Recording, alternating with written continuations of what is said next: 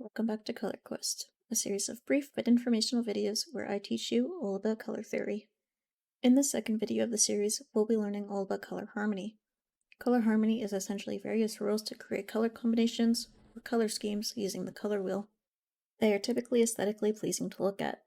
The first is monochromatic. It's one color but could have shades or tints of the same color. The second is analogous. Analogous is when you have three colors that are next to each other on the color wheel. If we look at red, for example, we can see that the analogous colors are vermilion and magenta. Next we have complementary, which is a combination of two colors on opposite sides of the color wheel. Take any color and then look across the color wheel to find its complementary color. If we looked at yellow, its complementary color would be purple. The most common complementary colors are orange and blue. You'll see this in a lot of movie posters. You get the idea. Next we have split complementary. This one is a little bit confusing. You have three colors total, and it starts off as complementary, but for one of the colors, you'll take the two colors beside it instead. If we look at yellow again, we know its complementary color is purple. We'll then take the two colors beside purple, and its replacements will be violet and magenta.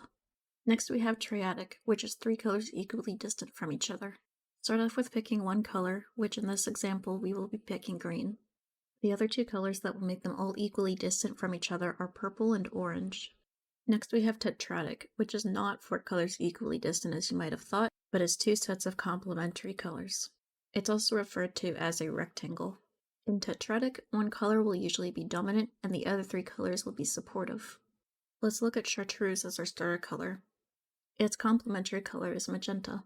This is where the rectangle comes into play. We'll want to form a rectangle with our next set of complementary colors. This would mean our next colors would be violet and amber. Those are two sets of complementary colors, and together they form the rectangle. Lastly, we have square. Similarly to triad, it's four colors evenly spaced apart.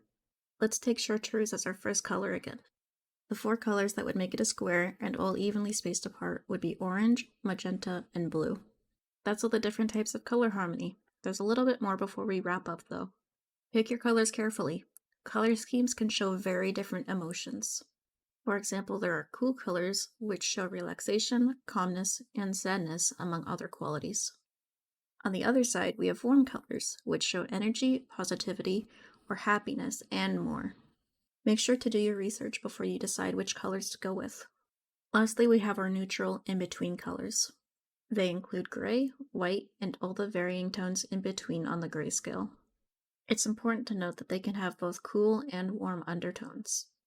The question you want to ask yourself when choosing colors is, what do you want to express?